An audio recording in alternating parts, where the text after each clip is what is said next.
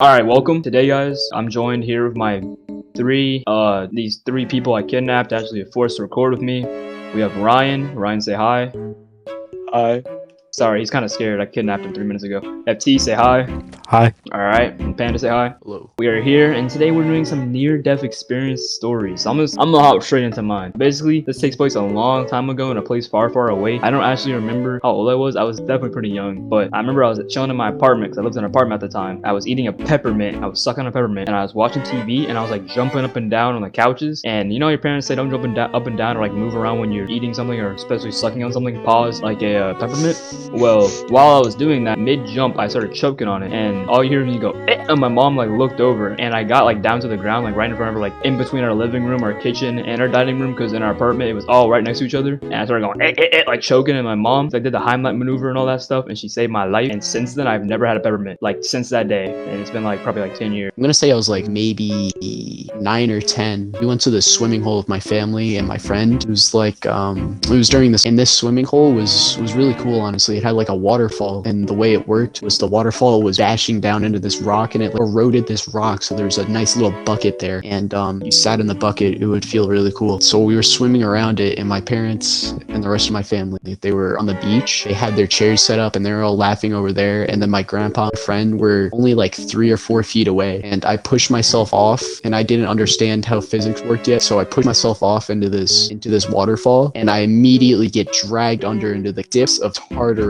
I dragged under into this underwater cave, and I was flailing for my life. The waves were batting down on me. I was under the waterfall, and at a certain point, I just accepted that I was gonna die. There was nothing that I was gonna do to get out of this. No fighting. Aquaman came through the wall, saved On you, God. put you on his back while riding a dolphin, and you flew out of the waterfall together, landed on the grass, and he put you down and said, justice, and then he flew off. Yeah, that's what It happened. was actually Fishman. I stopped fighting, and what that did was like put me down into like laying down position. So it pushed me up against the rock until I like flew out on the other side of the waterfall and just kind of floated out into the middle of the swimming hole. I was like, oh my God, I just died, and you guys did nothing. You sat there. You were 5 feet away while I was drowning. How do you feel? I still don't trust them. Not with my life. So when I was like probably in elementary school, I went over to one of my friend's house, not friend but neighbor, for like this party, and they have this huge pool. I was like the only one in my family that had no idea to swim, so for some reason I was standing right by the deep edge, and this girl comes up behind me. I remember I was Premeditated murder. She hated you. Nah,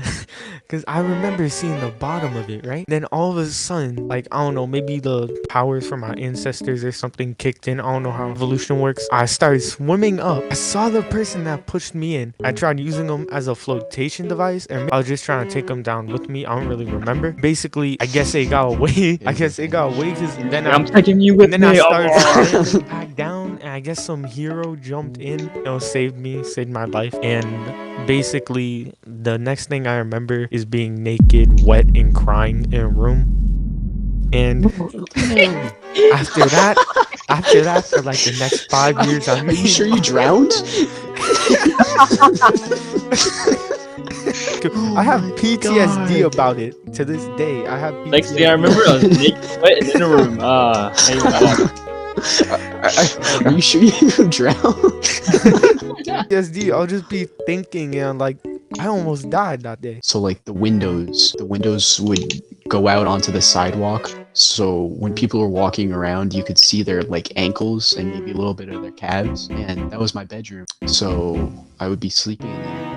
And one day a dude just comes up to the window and like gets down on his hands and knees and just stares into the window, into my soul. He locks eyes with me and just keeps staring. And after a little bit, he walks away. It had to be like a solid minute or two of him making eye contact. I think bro was setting me up. He marked his target, and I walked out the next day and I saw him. He was one of my neighbors, but I did not know that. He was like planning. I think I almost got murdered, honestly. I want to say, how's the near-death experience? Maybe he's just a creep. No way he's just a creep.